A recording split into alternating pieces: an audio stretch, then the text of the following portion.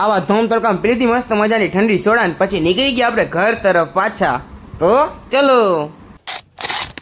તો હું કે મિત્રો મજામાં ને? તો ફરી સ્વાગત છે આપનું મારા મસ્ત મજા નવા મિની વ્લોગમાં. ને જો કેવા મસ્ત ત્રણેય પોપટ બેઠા ને જો આ એક પોપટ ડિસ્કો કરે ભાઈ. ને જો પછી અમે બે ભાઈ થઈ ગયા તૈયાર ને અમે નીકળી ગયા ગામમાં જવા માટે. તો ચાલો ગામમાં રખડી આવીએ. ગામમાં રખડ ન જતા પણ ગામમાં એક નાનું મોટું કામ પતાવી આવી. ને જો પછી તડકો ફૂલ હતો એટલે બે ભાઈઓ સોડા પી લીધી. મેં લીધી હતી પાઇનેપલ અને ભાઈ લીધું લીંબુ શરબત. તો ચાલો પી. ને જો પછી અમે આવી ગયા છીએ સુરપુર બાપાની ખાંભીએ, કેમ કે અમારે અહીંયા હવન છે એટલે. તો ચાલો. અને જો પછી આપણે જો અમારું સુરપુર મંદિર દેખાય ને આ છે સોમનાથ મંદિર. ચાલો હવે અહીંયા જઈએ આપણે પગથિયા ઉતરી જઈએ. ને જો પછી ઘરે આવી ગયા બપોરે ખાઈ પીને ને પછી જો એસી ચાલુ કરીને સૂઈ જઈએ. હવે સૂઈને પછી મસ્ત ઉઠીને જાઉં. તો જો આપણે સૂવું નથી ને આપણે ડાયરેક્ટ નીકળી ગયા બપોરે ધોમ તડકાના.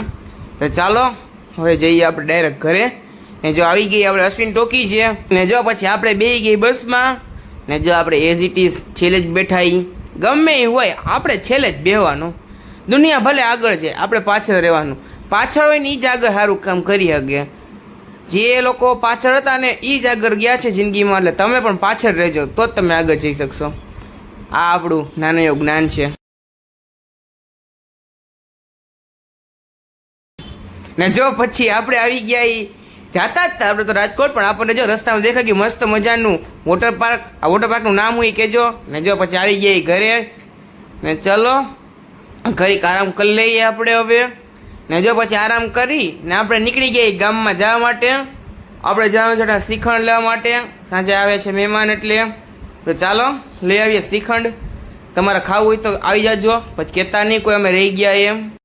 અને જો પછી શ્રીખંડ લઈને આપણે નીકળી ગઈ પાછા ઘરે જવા માટે. તો ચાલો હવે ઘરે.